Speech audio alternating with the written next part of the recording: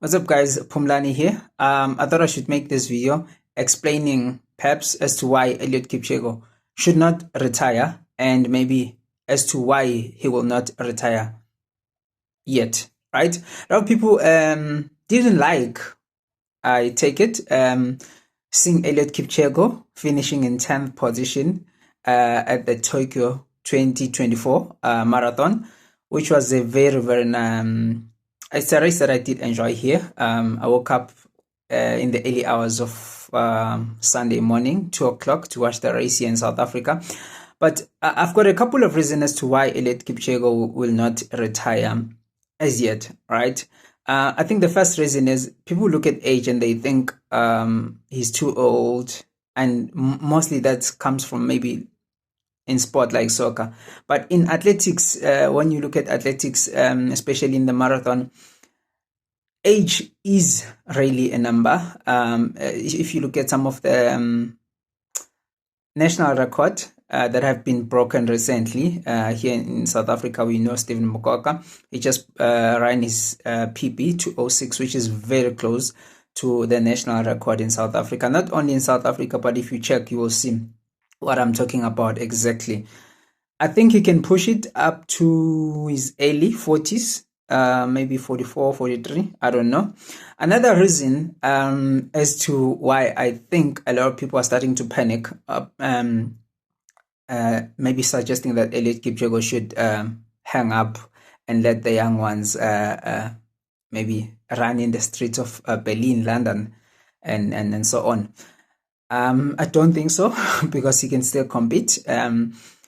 Look, one of the things that he did today, he was bold enough to challenge the world record. I think special individuals like him are not afraid to challenge and are not afraid to embarrass, quote unquote, embarrass themselves in the process of trying to do great things. And a lot of us have that sort of embarrassment that you sort of shy away. Oh my God, he should just retire. But a lot of great individuals are not afraid to sort of put themselves out there, embarrass themselves. Maybe that's what people think, and try to do great things. If they fail, they fail. I understand.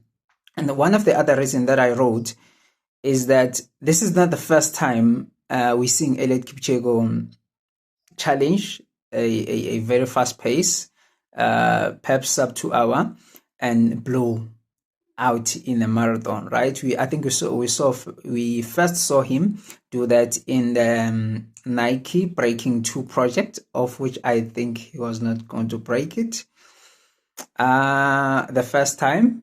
But that allows you, it's more like doing intervals, and then the next time you come, you are better.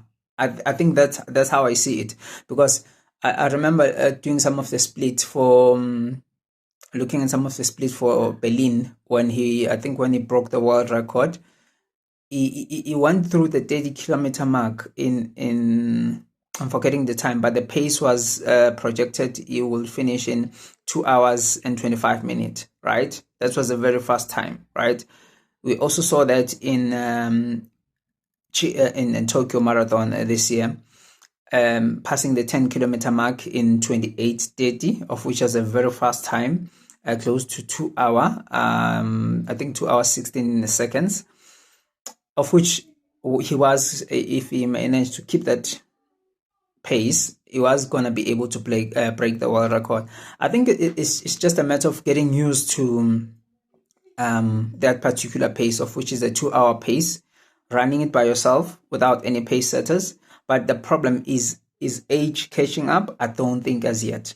One of the other things that I also wrote down is that Eliud Kipchoge is famous for only racing 2 races per year. I don't remember the last time Eliud Kipchoge actually did. I remember he did some half marathon in India, but their manager from I'm forgetting his name, from Holland or Netherlands. I remember him emphasizing a lot of times that athletes need to stop over racing. We know what over racing can do to your body as an athlete. So the fact that Eliud Kipchoge does not over race that much and it's not just over racing. I think we all know him for not pushing himself too much from workout to workout, but rather letting the consistency of training plays itself out and gain fitness rather from that from that rather than pushing paces per workout and risking injuries.